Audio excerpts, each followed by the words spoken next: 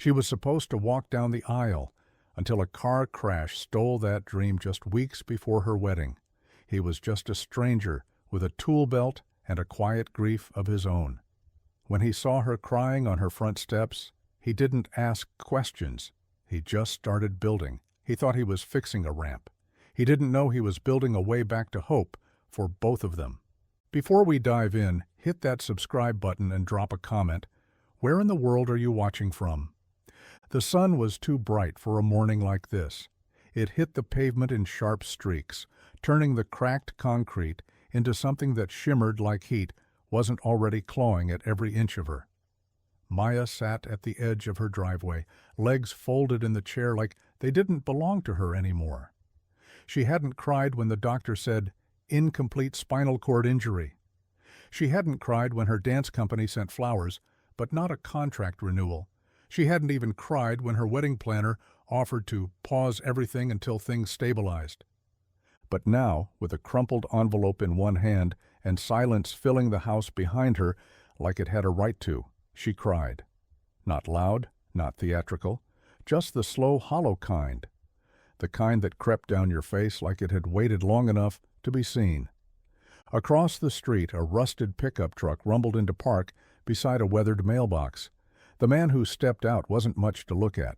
Baseball cap pulled low, shirt clinging with sweat, one boot scuffed near the toe like it had lost an argument with a nail gun. He walked around to the bed of the truck, lifted a cardboard box with the logo of a local pantry, and moved toward the house next door. He wasn't looking for her. That much was clear. But he saw her, saw the gown bag hanging lopsided on the porch railing, the ribbon still tied around the hanger like it hadn't been abandoned 2 days ago. Saw the wheels of her chair angled just off the pavement, like she'd tried to go inside and changed her mind. Saw her hands trembling around a piece of paper she kept folding and unfolding, over and over, like maybe she could erase what was written if she just kept moving. He paused at the curb, one foot on the grass, one still in the street. He didn't say anything. She looked up, startled, swiped at her face like shame could make her invisible. He stayed where he was, shifting the box in his arms like it might offer cover. "I'm fine," she said. The words cracked on the way out. He didn't nod, didn't offer some polished line about how things get better. He just looked at the wheels beneath her, the gravel scraped raw near the front step, the sharp slope leading to the door. "No ramp," he said. She blinked. "Was supposed to be." He set the box down and stepped forward. The silence between them stretched. "I build things," he said. "You need one?" She hesitated. Her voice came smaller this time. "You always stop for strangers crying on their driveway." He looked at her for a long second, then down at the ground, then back. "Only when they're sitting where hope used to be." Then he turned, walked back to the truck, and pulled out a measuring tape. The slope from the driveway to the front door wasn't long, but it might as well have been a mountain. Cracked concrete gave way to 3 uneven steps, one with a rust stain that bled like something had tried to rot through. Maya sat at the base of it, staring up like she was trying to solve a puzzle that didn't want to be solved. Her wheels couldn't climb. Her arms weren't strong enough yet. And her pride had already taken too many hits to ask for help again. Ben stood a few feet back, holding the tape measure like it was a peace offering he wasn't sure she'd take. He'd just finished getting the dimensions. He hadn't asked. He just started measuring the slope and the width between the doorframe, like it was obvious, like it was the kind of thing a person should just do when someone's stuck outside their own life. "You really don't have a ramp," he said, voice low but certain. She didn't look at him. "It was supposed to be done last week?" He waited. She didn't explain. "Fiancé?" he asked, careful. She finally looked up, jaw clenched. "He was working on it. Said he'd finish after the bachelor weekend." She paused, swallowed hard. "He hasn't been back since Monday." Ben said nothing. Let the silence fill in what she didn't want to say out loud. She was stranded, alone, left behind, not just by her body, but by someone who'd made her promises under soft lights and expensive champagne. He crouched down by the lowest step, ran a thumb along a splintering edge of wood where someone had half installed a railing and never finished. He stood slowly, dusting his hands off on his jeans. "I can build it," he said simply. "Won't take long. Materials will run cheap. I've got most of what I need in the truck." Maya blinked at him like she wasn't sure he was real. "I don't have money for that." "I didn't ask for money." Her mouth pulled tight.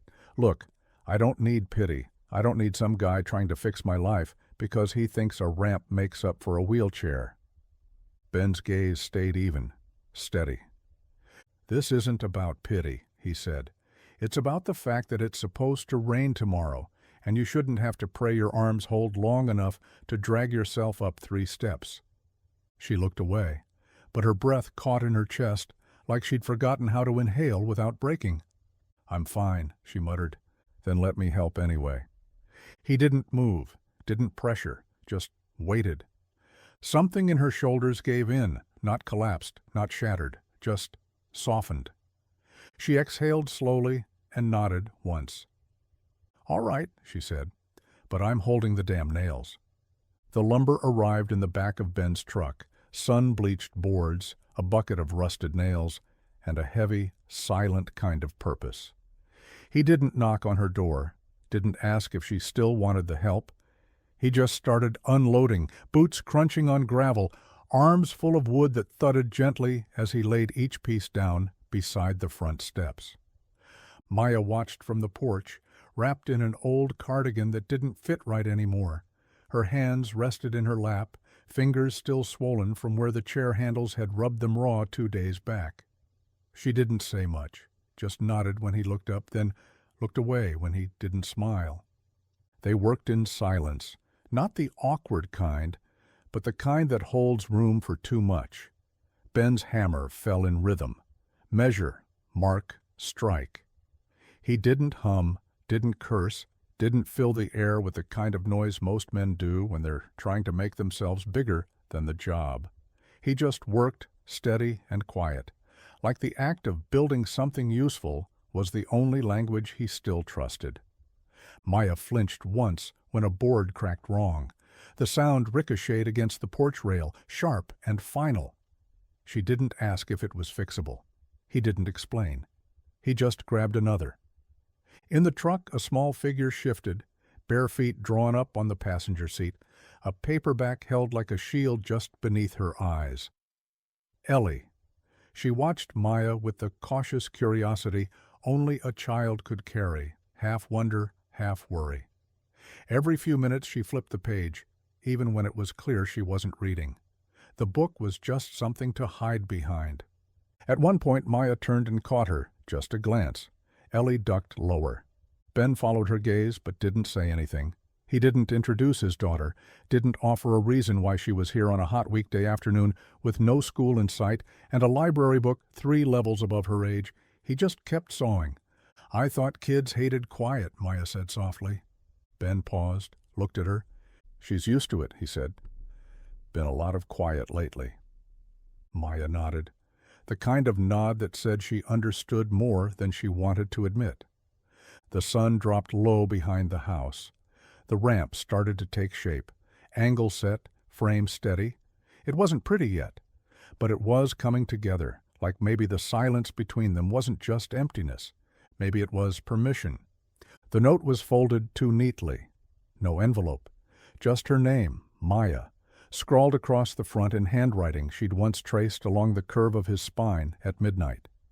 She found it in the mailbox, tucked between a furniture catalog and a coupon for something she didn't need anymore. The morning was hot already. Sweat clung to her back beneath the tank top she hadn't had the heart to change out of in 2 days. Her fingers hesitated, hovered over the paper like it might bite. She unfolded it slowly. 6 lines. That's all. "I'm sorry, I can't do this. I thought I could. I love you, but not enough to do it like this. I need space. I hope one day you understand." J.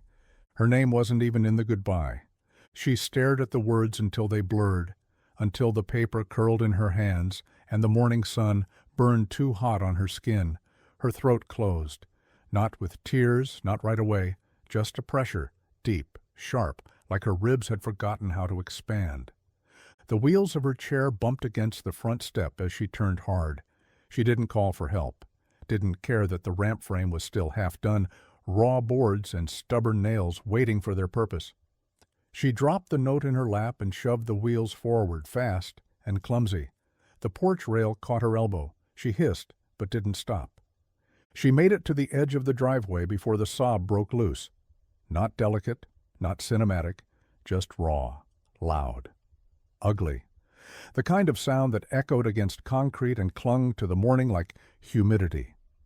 Ben had been around the side of the house, hammering something into place with slow precision. He heard it, dropped the hammer without thinking. When he came around the corner, he didn't ask what was wrong. He saw the note, saw her shaking hands, saw the way her whole body, hunched like grief, had settled into her spine. He didn't say he was sorry, didn't offer cliches or try to explain what no one could explain. Instead, he walked to the pile of tools, picked up a screwdriver, and held it out to her. She looked at him, eyes red and glassy. He didn't flinch. "You can still build something," he said. Then he placed the tool gently on her lap and walked back to the frame, slow, steady, waiting for her to follow. The screw slipped twice before it caught. Maya's hand shook harder than she wanted it to, wrist trembling like it didn't belong to her anymore. The drill felt heavier than she remembered, like grief added weight to everything, even plastic and steel. Ben stood a few feet away, crouched low, leveling the next board. He didn't say a word, didn't correct her grip, didn't reach out when the screw spun sideways and scraped the wood. Just waited, quiet and still, like the only thing he needed to hold up right now was space. She repositioned, took a breath that caught halfway down her throat, pressed harder this time. The screw bit into the board with a slow, aching whine. Click, click, drive. It went in crooked, her face flushed. Not from the heat, not just. She sat back, wiping her forehead with the back of her arm, swallowing the frustration that threatened to rise up like a wave. This wasn't what she wanted to be doing. She wanted to be in a dance studio, barefoot and balanced, not on a porch in the middle of a summer she didn't ask for, trying to drive screws into wood she didn't even believe would hold. "I can fix it," she muttered, reaching to back it out. Ben looked over, eyes steady beneath the brim of his hat. "It's fine," he said. "It's in. But it's crooked. So are half the boards on this house." She let out a breath that was almost a laugh and almost a sob, somewhere in the middle. He went back to work, hands moving with practiced ease, his hammer striking with a rhythm that calmed more than it startled. The air between them wasn't soft, not yet. It still crackled with the things they weren't saying, loss and failure and the sharp ache of starting over.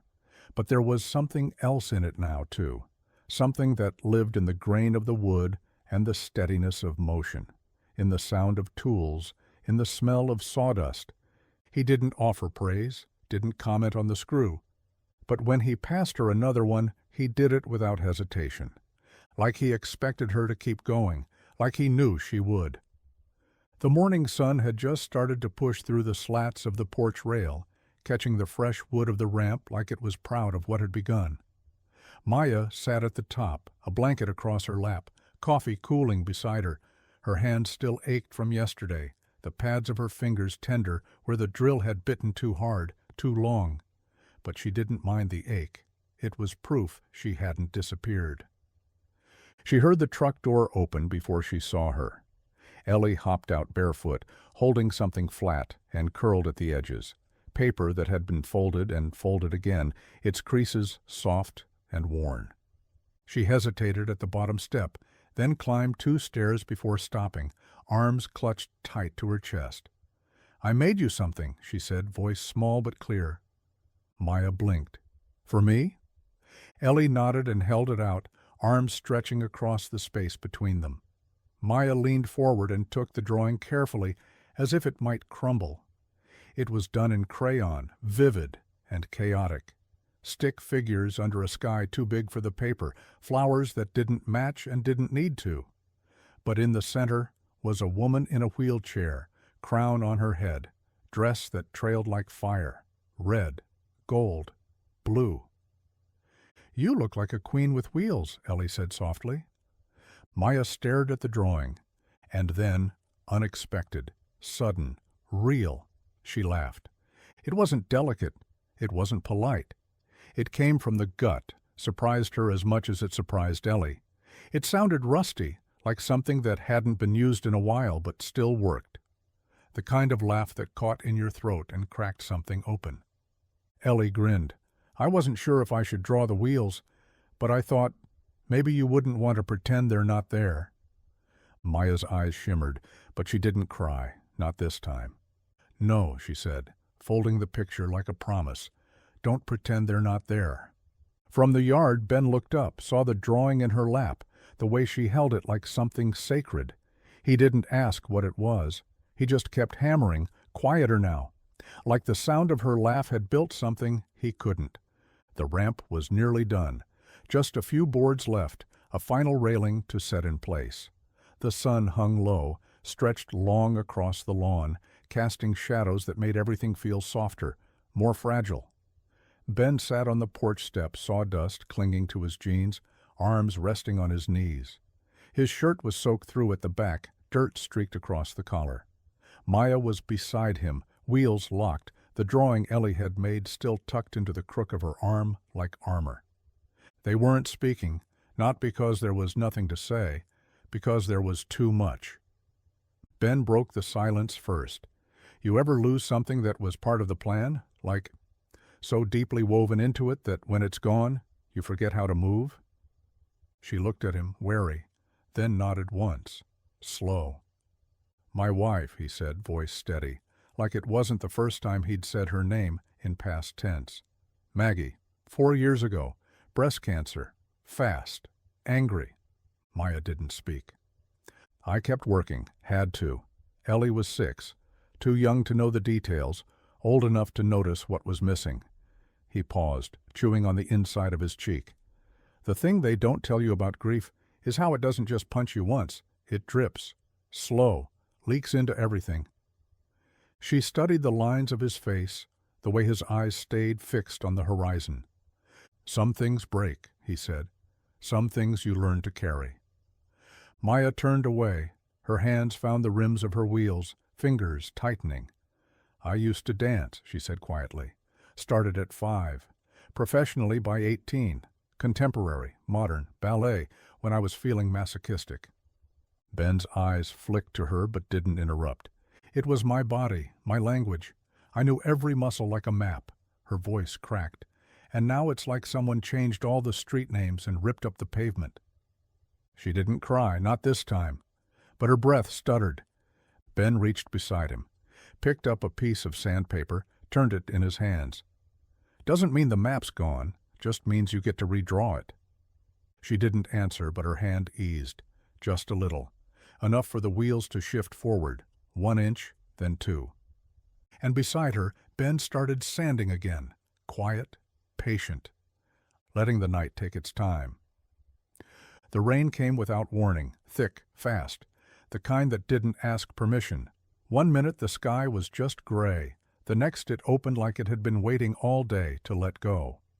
By the time Maya realized how fast it was falling, it was too late. She was halfway down the ramp when the front left wheel caught something.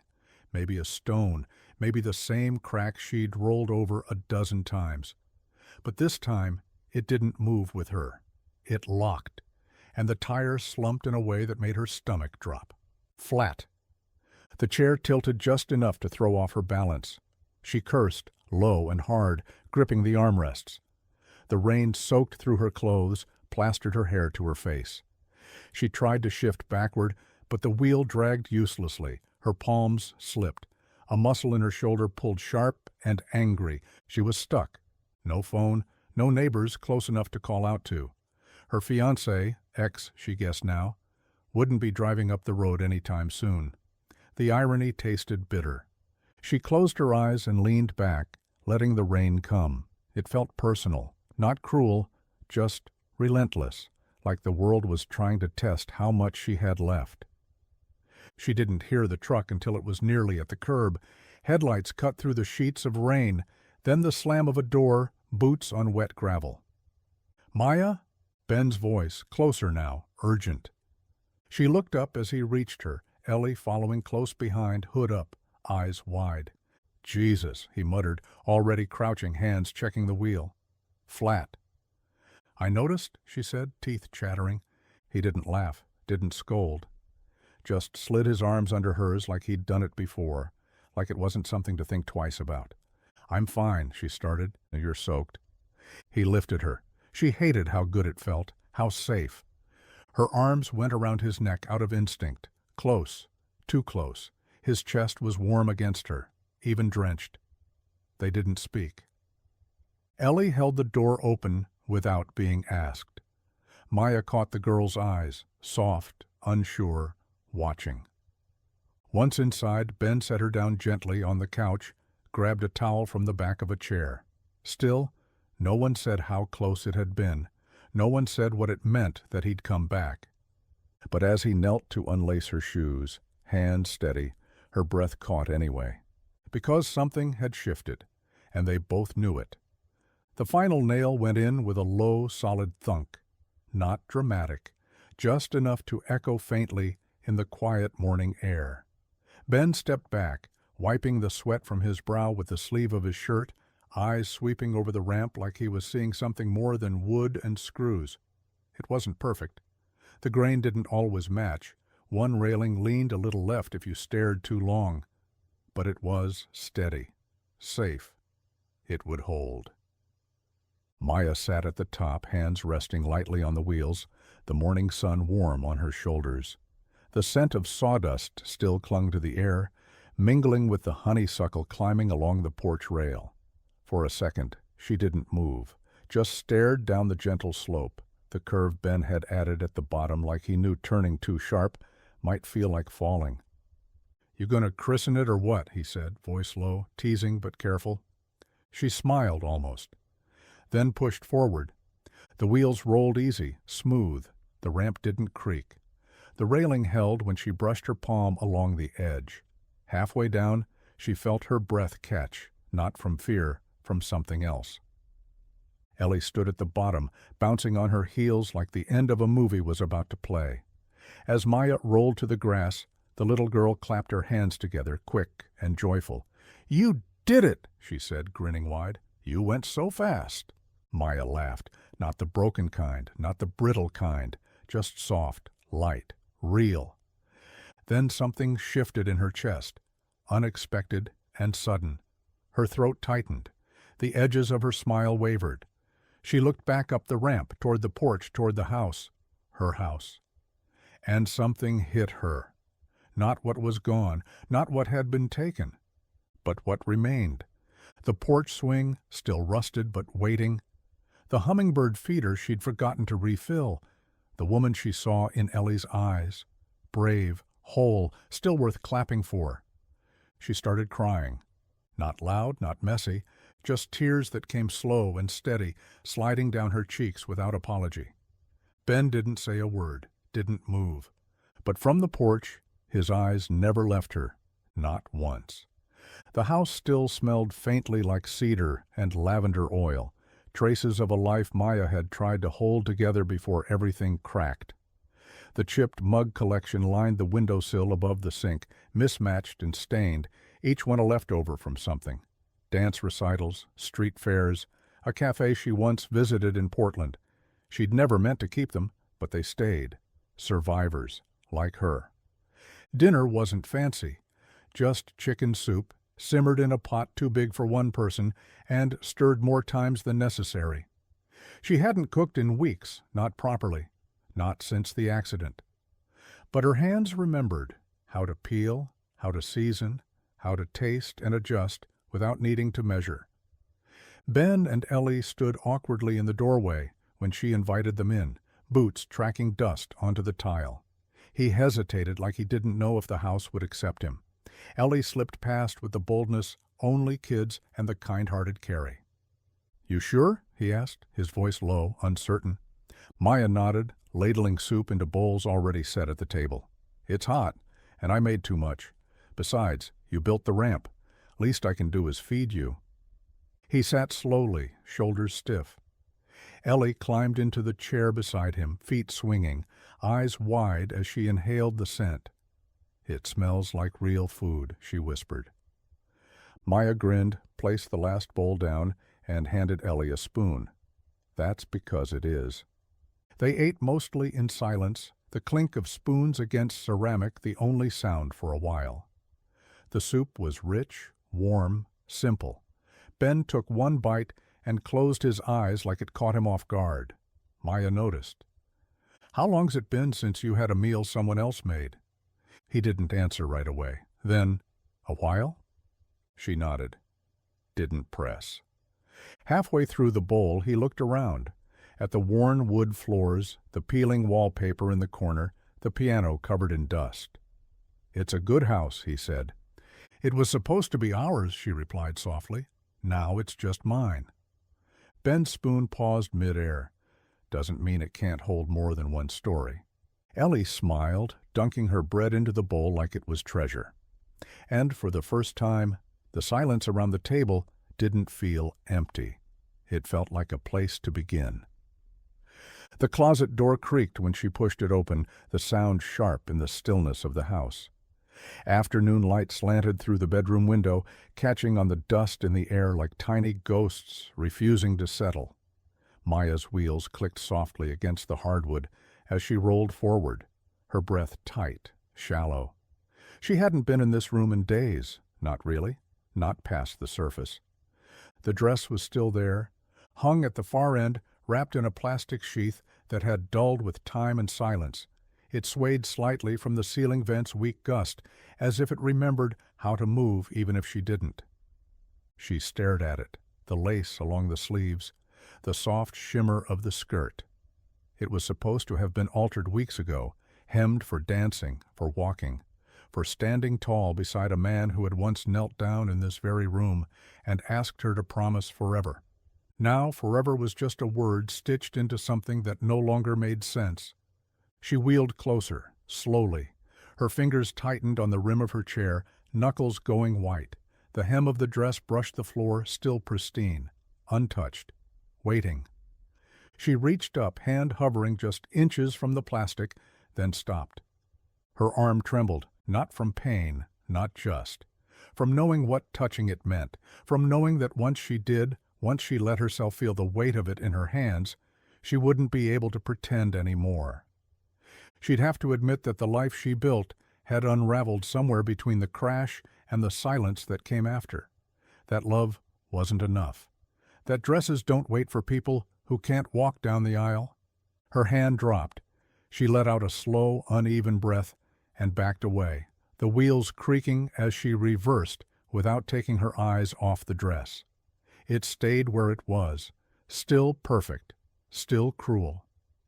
She left the closet open when she rolled out. The dress swayed again in the quiet, but this time it felt like a goodbye. The invitation came over coffee, between mouthfuls of oatmeal and quiet laughter, echoing from the porch. Ellie was the one who asked first. "There's a picnic," she said, her voice light and hopeful, "at the park after church. There's pie and games, and sometimes people bring puppies." Maya raised an eyebrow. "That a bribe?" Ellie grinned. "Maybe."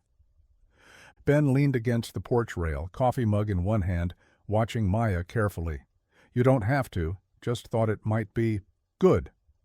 She didn't answer, just gave a tight smile and wheeled herself back inside, closing the screen door softly behind her. It wasn't that she didn't want to go, it was that she wasn't sure how to be seen like this, on wheels, alone, unbrushed by a man's hand on her back or fingers laced in hers. She could handle being broken in private, but in public, that was a different kind of naked. By noon, the house was still, quiet, no sound but the ticking of the wall clock and the whisper of the breeze through the open kitchen window. Maya sat at the table, staring at the half-finished cup of tea she didn't remember pouring. Then she looked down, at her hands. The faint dirt still under her nails from helping Ben sand the railing, the callus starting to form on her palm, the small, undeniable signs of someone showing up for her life again. She changed, not into anything fancy, just jeans and a blouse with soft sleeves and a pair of earrings that made her feel a little like the woman she used to be. By the time she got to the park, the sun had settled into late afternoon warmth. She rolled across the grass slowly, tires catching on the dips in the earth, breath caught somewhere between hope and panic. Children shrieked near the playground. Folding tables sagged under the weight of casseroles and lemonades and store-bought cupcakes. Someone played guitar near the trees. And there, near the picnic benches, Ben looked up and saw her. His face didn't change much, just softened. Eyes lit the way a porch light does when you come home late, but still expected. She nodded at him, cheeks flushed, fingers gripping her wheels tighter than necessary. "Hey," she said. And it wasn't just a greeting. It was a beginning. It started like all small-town rumors do, with glances, not stares, not yet. Just those quick, flicked looks over coffee cups and between grocery aisles. The kind where you're not sure if someone's watching until they turn away too fast. At the hardware store, a cashier smiled too wide and asked how Maya was adjusting. At the gas station, an older woman in a floral blouse paused at the pump to say, "Nice to see you out and about again, dear. Really is." The words came coated in sugar, but the tone beneath them cracked. Then came the whispers, not always behind her back, sometimes just loud enough to ride the wind. "She was supposed to marry that finance guy, right? The one with the Audi? Now she's building ramps with Ben Miller like it's a home improvement show." The bride and the widower, if that's not something out of a Nicholas Sparks novel, I don't know what is. Maya heard it at the farmer's market, two women near the honey stand, pretending to admire jars they weren't buying. "She's just, repurposing the wedding for someone new," one said, barely hiding her smirk. The other replied, "Or maybe Ben just likes his women broken. First Maggie, now this." Maya froze mid-roll, her spine locked up, breath caught hard in her throat. The words sank like stones, heavy, mean, familiar. She didn't wait for more, didn't give them the satisfaction of knowing they'd landed a hit. She turned her chair hard to the left and rolled away, fast, gravel grinding under the wheels. She didn't look for Ben, didn't scan the crowd for Ellie. She didn't want comfort, not right then, not when the world still measured people by their scars. Behind her, Ben saw it happen, saw the way her body shifted, saw the sudden distance. He didn't chase. Not yet. Because some moments don't need saving. Some moments just need someone to wait at the edge until you're ready to come back. The ladder groaned under Ben's weight as he climbed, hammer wedged into the back pocket of his jeans, a single shingle clutched in his hand like a small, quiet mission. The roof had been losing pieces slowly, just one or two at a time, but storms didn't care how fast you patched things. They came anyway. From the deck below, Maya watched, arms folded, the breeze tugging at the corners of her shirt. She didn't say much, just listened to the sharp, rhythmic tap of nails driving wood into place, the kind of sound that felt like it belonged, like it was fixing more than it claimed. When he finally climbed back down, shirt damp with sweat and sawdust clinging to his sleeves, she rolled forward. "That was dangerous," she said, not smiling, but not scolding either. Ben shrugged. "Roof was already broken. I figured if one of us was going to fall through it, better me than you." She rolled her eyes, but it softened something in her chest. "You always throw yourself at problems like that?" "Only the ones that don't ask for help." They stood in silence for a moment, the kind that didn't need filling. The light was starting to change, less harsh now, more forgiving. The sky streaked faintly with orange, as if the world was apologizing for what it had put them through. Ben leaned against the railing beside her. "You ever been up there?" She nodded. "Used to lie on the shingles and count satellites, when I could still balance with just my toes and not fall." He was quiet for a breath.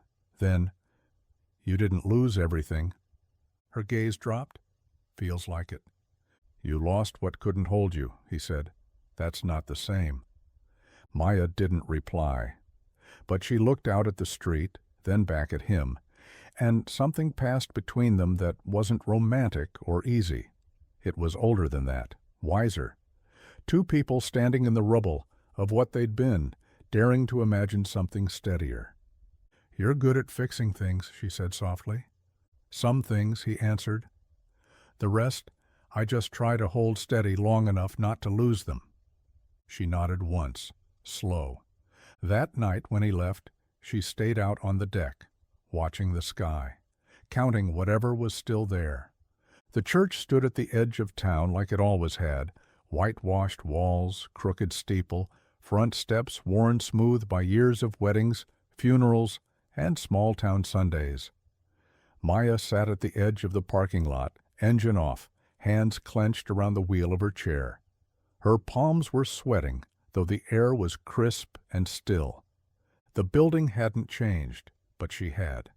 She rolled forward slowly, wheels clicking over uneven gravel, every inch toward the door feeling like a mile. The wooden ramp that led to the entrance was new, cleaner than the steps, less worn. She hated that it felt like an invitation she didn't ask for. When she reached the door, she froze. Inside that building, she'd stood just weeks ago for the rehearsal, veil pinned, bouquet borrowed from the florist's sample shelf. She'd laughed in the pews, kissed her fiancé under the arch where they were supposed to say forever.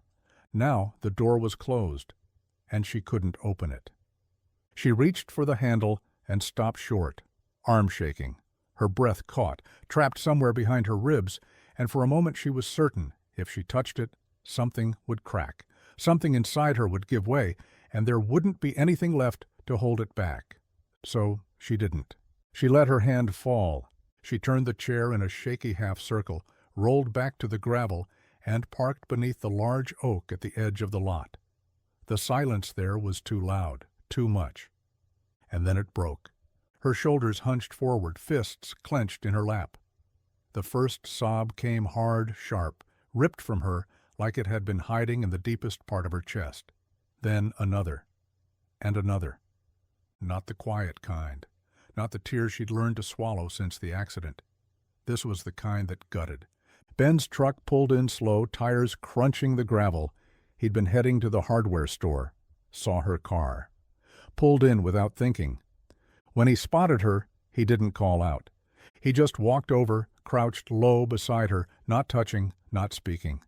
She looked at him, eyes red, breath ragged. "I couldn't go in." Ben nodded, voice steady but quiet. "Then don't." "I thought I was ready." "No one ever is."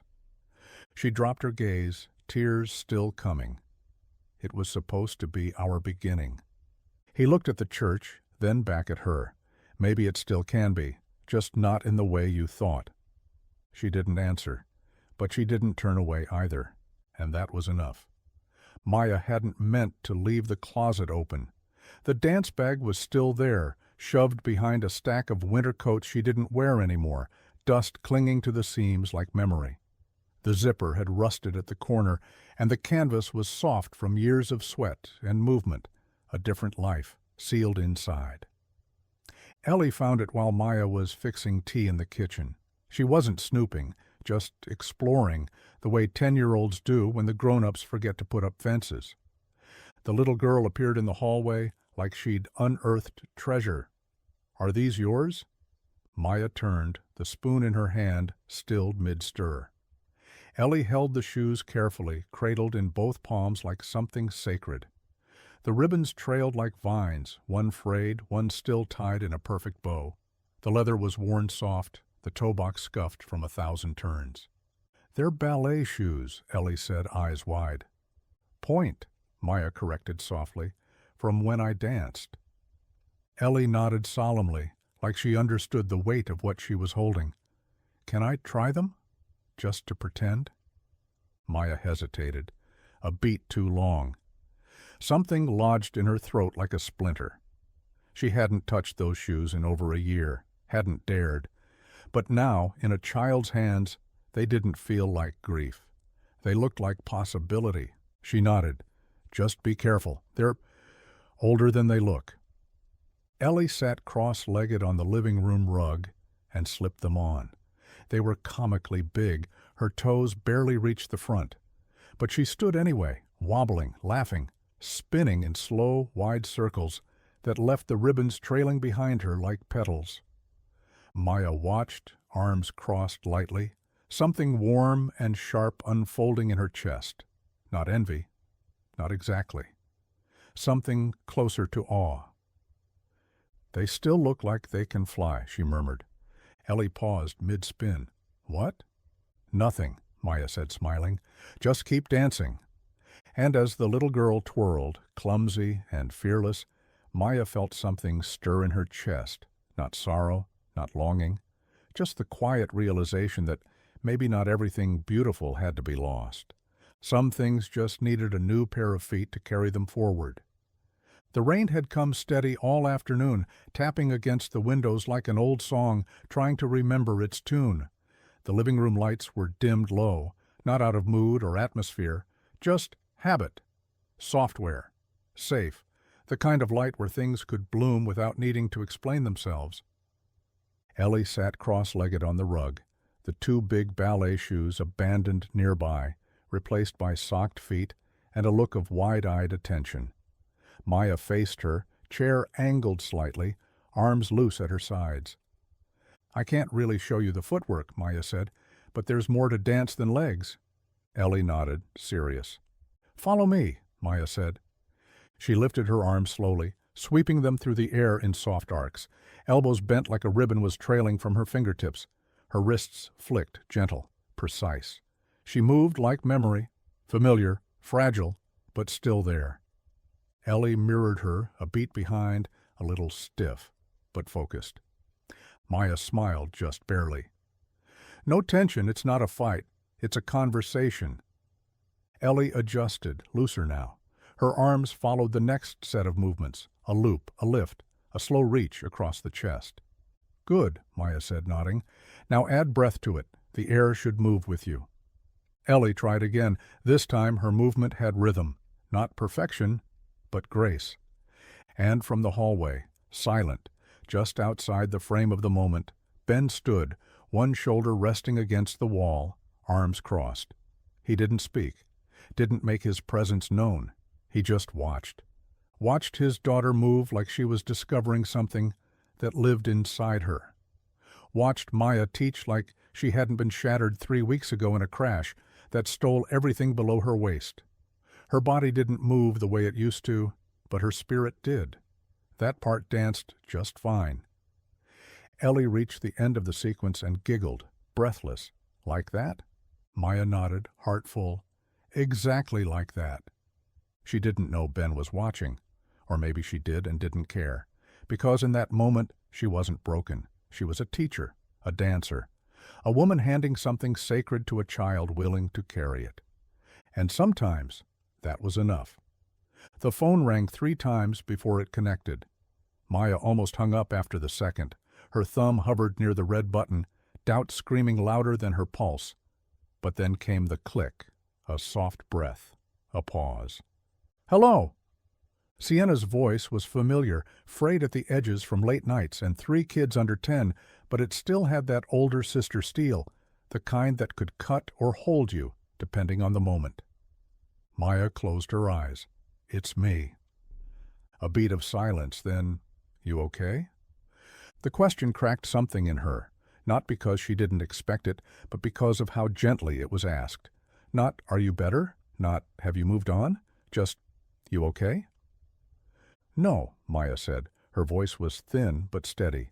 "But I think I'm ready." Sienna didn't rush her. She never did. Maya swallowed hard, opened her eyes to stare at the dress bag hanging again from the closet door, unzipped now, the lace visible, the weight of it not as sharp as before, still heavy, but not unbearable. "I need your help," she said. "With what?" "With the dress?" Another pause, this one longer. "Didn't think you were still doing it," Sienna said softly. "I'm not," Maya whispered. "Not that wedding, not that aisle, but I'm not burning it down either." Sienna exhaled, something like relief tangled in the sound. "You want me to help alter it?" I want you to help me reclaim it, Maya said. Cut it if you have to. Stitch it into something I can move in, something that's mine now. There was quiet on the line, but it didn't feel empty. Then Sienna said, I'll bring the machine and wine. Maya let herself smile, just a little. Bring Patience too. I've got enough ghosts here already. I'll bring scissors, Sienna said. We'll snip them loose. When Maya hung up, she stared at the dress again, at the way it caught the morning light, dulled, but not ruined. She reached for it this time, fingers brushing the fabric. It didn't feel like loss anymore. It felt like the start of something she hadn't dared imagine until now. The question came just before sunset, when the house had gone soft with quiet, and the light stretched long across the floor. Maya was at the kitchen table, sorting fabric scraps with uneven edges, lace trimmings that Sienna had left behind, and a spool of thread that kept rolling toward the edge like it wanted to escape. The windows were open. The air was warm, carrying in the scent of earth and grass and something like peace. Ellie sat cross-legged on the rug nearby, sketching something in a notebook. Maya had learned not to peek until it was finished. The girl had a way of drawing the world that made everything seem a little kinder, a little less jagged. Maya didn't notice her watching until the pencil stopped moving. Can I ask you something? Ellie said, not looking up. Maya glanced over. Always. Ellie hesitated, then closed the notebook gently. Will you still have a wedding? The words hung there, not cruel, not curious in the way some people asked, like it was gossip to be collected and whispered later. This was different. This was a child trying to make sense of grown-up heartbreak. Maya's breath caught. She set down the lace in her hands, rubbed her palms against her jeans, like that might ground her. She thought of the church, of the pews she couldn't face, of the dress now folded and pinned and cut into something she could actually wear, of Ben on the porch with his quiet steadiness, never asking for more than she could give. Maybe not the one I planned, Maya said finally. But yes. Ellie blinked. Really? Maya smiled. Really? Even if it's not in a church? Even if it's in a backyard? Even if I'm rolling down the aisle instead of walking? Even if there's no white horse or cake with too many tears? Ellie nodded slowly, then grinned. Can I be your flower girl? Maya reached over and tucked a stray curl behind the girl's ear. I wouldn't do it without you.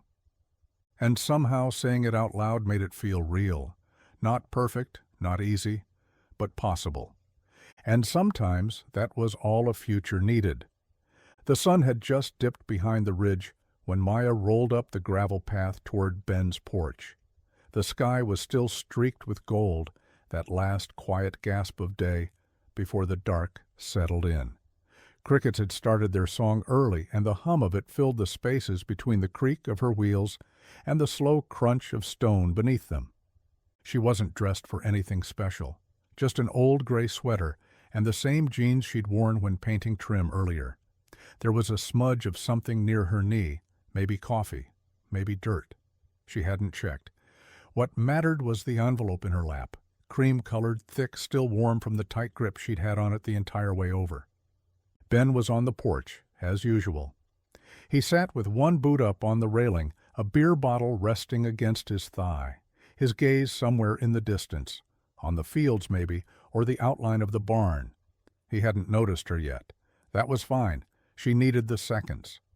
When she reached the first step, he turned. His eyes found hers instantly, not surprised, not expectant, just present. "Evening," he said, voice low. She swallowed, nodded once, then extended the envelope across the slats of the railing. "You're invited." He didn't move at first, just looked at her, then at the envelope like it might disappear if he blinked too hard. "What is it?" he asked, but his voice had changed, softer now, edged with something he hadn't let surface before. Maya tilted her head, smiled a little. "A wedding."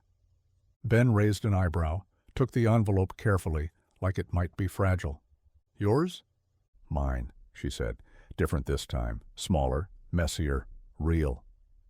He ran his thumb along the edge of the flap, not opening it. Not yet. She looked down at her hands, then back up. I wasn't sure I wanted to do it at all. Not after everything, but someone reminded me that just because something broke doesn't mean it's over. Ben leaned back slowly, gaze steady. You marrying someone I know? She smiled. It didn't shake this time. Not yet, she said, but I'm inviting him anyway. And with that, she turned, left him there on the porch, the envelope still unopened in his hands, and the night stretching out with more promise than it had in a long, long time. The porch was quiet long after she left, the kind of quiet that pressed in around the ribs and sat heavy behind the eyes. Ben held the envelope in both hands, elbows resting on his knees, fingers tracing the edge again and again like the paper might speak before he opened it. The sun was gone now, the sky dimming into that bruised blue that always came before a storm. Somewhere off in the distance, thunder rolled low. Not loud yet, just a warning. He stared at the envelope a little longer before finally slipping his thumb beneath the flap and easing it open. The paper inside was thick, folded clean down the center. No printed card, no gold lettering, just her handwriting, sharp, slanted, unflinching. Ben, if I'm honest, I didn't think I'd ever send this. But then again, I didn't think I'd still be here. Not after everything. The aisle looks different now, shorter, but heavier. And I don't want to go down it alone. Would you walk me? That was it. No explanation, no flourish. Just the truth, laid bare in ink. Ben stared at the words until they blurred. Not because of tears, not exactly, but because something in him had started moving, slow and deep, like earth softening after a hard freeze. He folded the note and set it on the step beside him. The thunder rumbled again, closer this time. Still quiet, still polite, but insistent. He looked out over the field where the wind had started bending the grass. He thought about Maggie, about the vows they'd written in a hospital room, about how sometimes love didn't ask for forever, just for one more brave moment.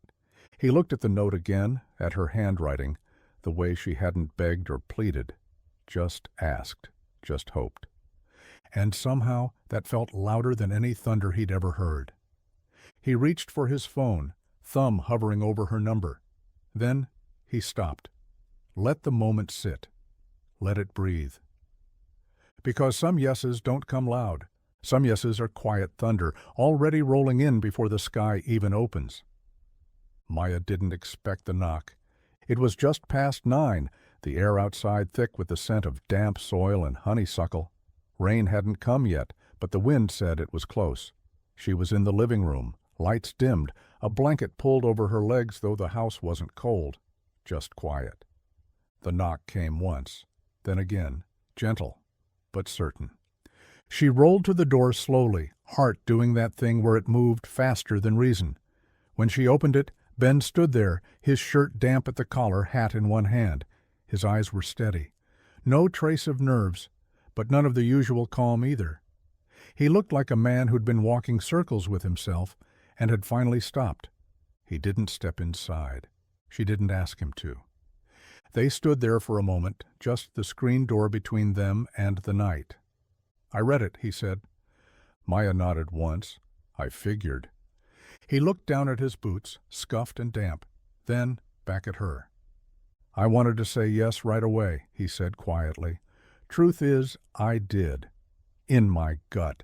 But it felt like I'd be skipping something if I said it too fast, like it wouldn't carry the weight it deserved. Her fingers tightened slightly on the rim of her chair, but she didn't speak.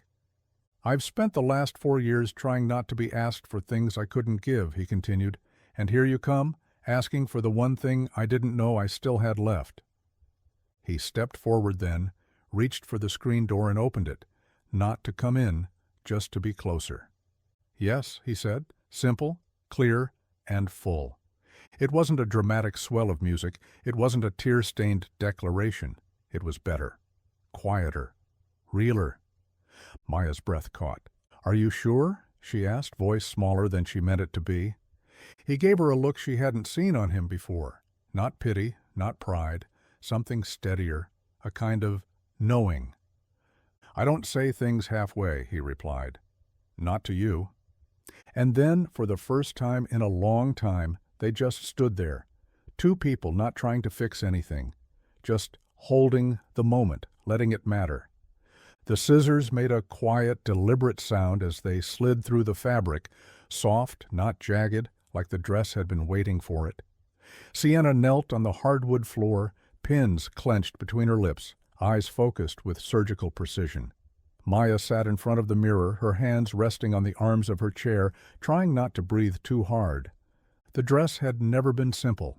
Layers of lace and silk, delicate sleeves that now pooled uselessly near her wrists, a bodice that no longer hugged the same curves. It had been made for a version of her that didn't exist anymore, a woman who walked everywhere like the ground had been designed to meet her. Ellie sat nearby on a folded quilt, legs crossed, holding a spool of thread with the reverence of someone guarding treasure. She hadn't spoken much since they started, only watching, wide-eyed and completely still, like the scene unfolding in front of her was something sacred. This part's going to have to go, Sienna murmured, gesturing to the lower hem. Maya nodded. Cut it. You sure? Yes, she said, stronger this time. I don't need it dragging behind me like it's trying to catch up. Sienna smiled around the pins and clipped again. The dress fit differently now. The waist hit higher. The skirt no longer swirled to the floor but tucked gently around her hips, trimmed to allow movement, real movement.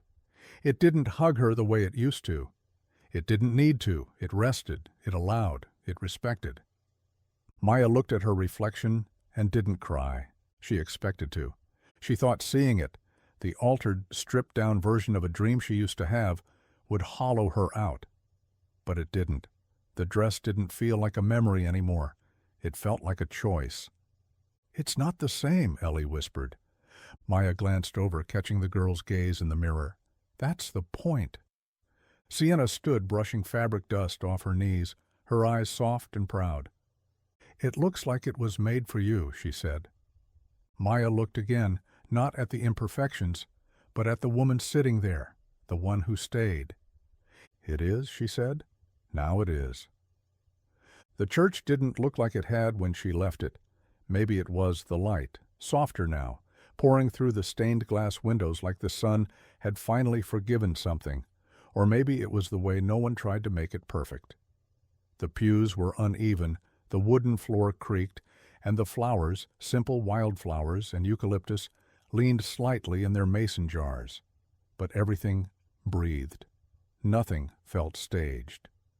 Maya sat at the back in the wide space just beyond the threshold, her wheels locked, palms pressed lightly to the arms of her chair, her dress, altered, honest, folded over her legs like it belonged, not heavy, not dragging, just right. People were turning in their seats, heads tilted, waiting. But no one stared, no one whispered. This wasn't about spectacle. It wasn't even about tradition anymore. It was about her, choosing to show up. Ben stood beside her, one hand tucked into his pocket, the other holding a bouquet not meant to be carried by a bride, but offered to one. He looked down at her, steady and still, his presence the same way it had always been, never demanding, never loud, just there, solid. You ready? He asked.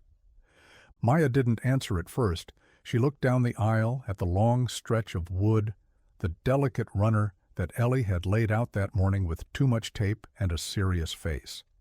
It wasn't the aisle she'd imagined, but it was real. Sunlight pooled at the end of it, waiting. She inhaled slowly, held it for a breath too long, then nodded. Let's do it. Ben offered his arm, not awkwardly, not as a helper, but as a companion. She rested her hand there lightly, and together they moved forward. Each push of the wheels was hers. Each step beside her was his. People didn't clap. They didn't need to. The hush in the room was louder than any applause could have been. Maya kept her eyes forward, but she felt everything, the air, the weight of her own heartbeat, the sound of Ellie sniffling somewhere in the front row.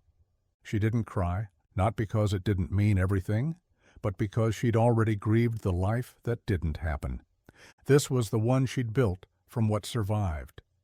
The first notes of the piano were soft, hesitant even, just a single melody drifting through the sanctuary, like it was unsure if it was supposed to be heard. There were no violins, no choir, just that one clear sound echoing gently off the wood-paneled walls and dusty hymnals. It was enough. Maya gripped the wheels lightly, her palms dry but trembling. She didn't look at the faces turned toward her. She didn't need to. What she felt wasn't a crowd. It was weight. It was history. And it was hope. Ben stood at her side, one hand steadying the handle of her chair, not tight, not controlling, just there. His other hand rested over hers for a moment, grounding her, silent in the way only someone who truly knew her grief could be. He didn't say anything. He didn't have to. Ellie stepped ahead, her little white dress fluttering around her knees, curls bouncing with each step. She clutched the basket of petals like it was the most important job anyone had ever given her. And maybe it was. Her hand shook as she reached in, grabbing a fistful, then remembered to slow down. The petals scattered awkwardly, too many at once, then too few, but they made a trail, one that shimmered faintly on the old wood floor like confetti from a life that didn't go as planned. The wheels rolled forward. Ben moved with her, slowly, deliberate. His pace matched hers, not rushed, not dragging, just together. Each creak of the chair echoed like a heartbeat. Every push brought her closer to something she hadn't dared to believe in again. She caught sight of the altar ahead, not grand, just a table draped in linen, a single vase of wildflowers beside two joined candles.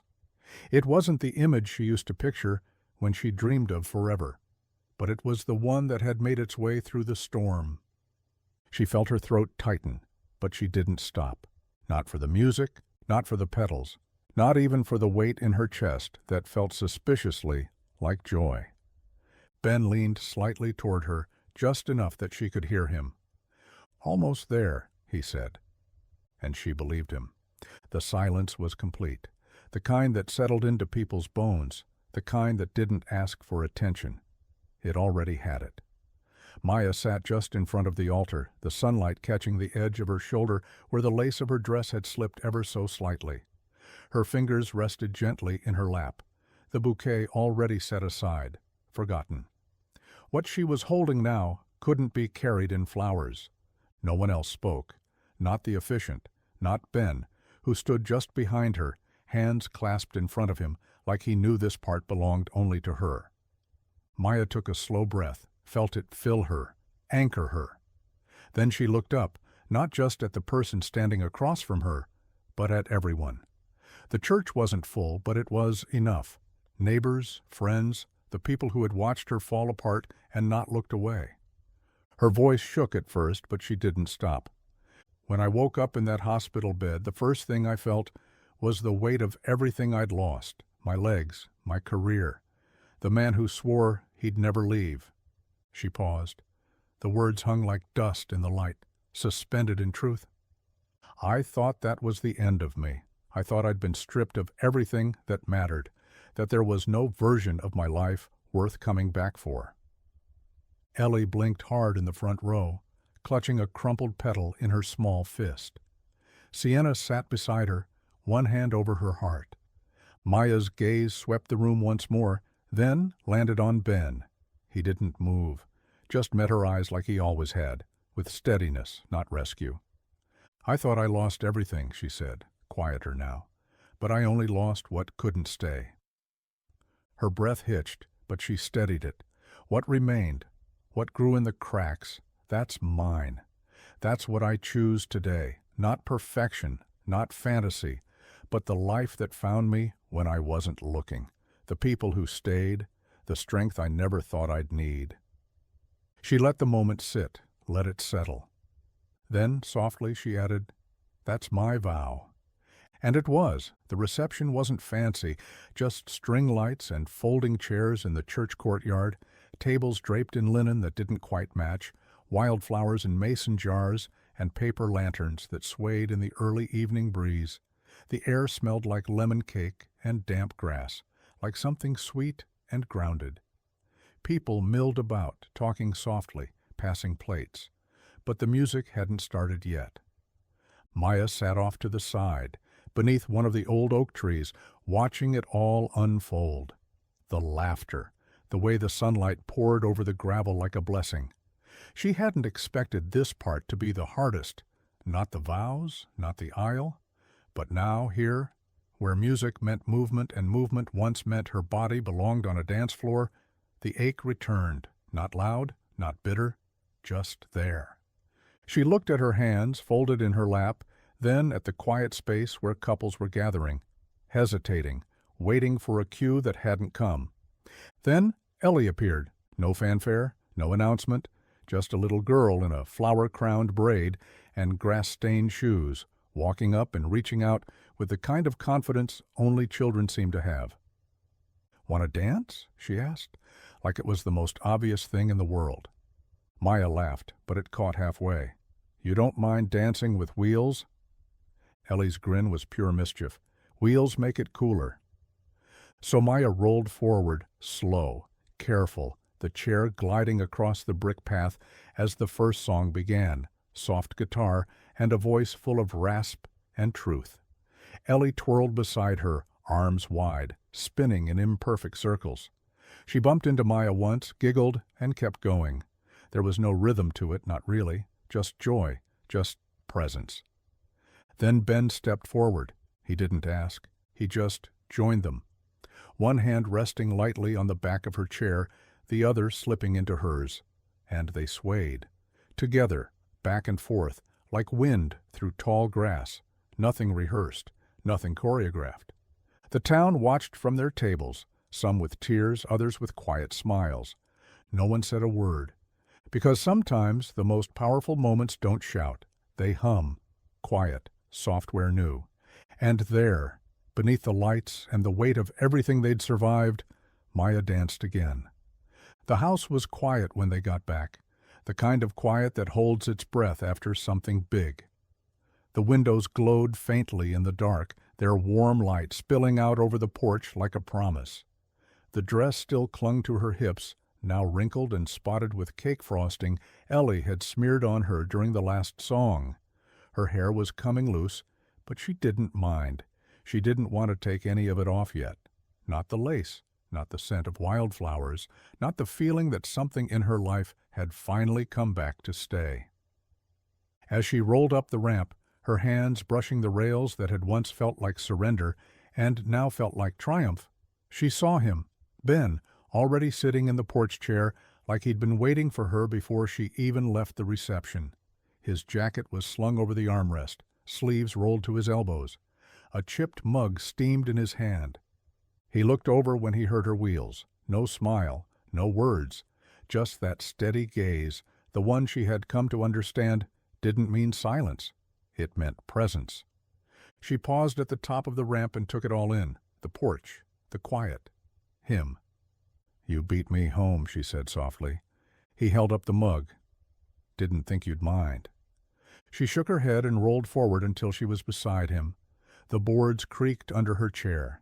He poured the rest of his coffee into the second cup sitting beside him and passed it to her.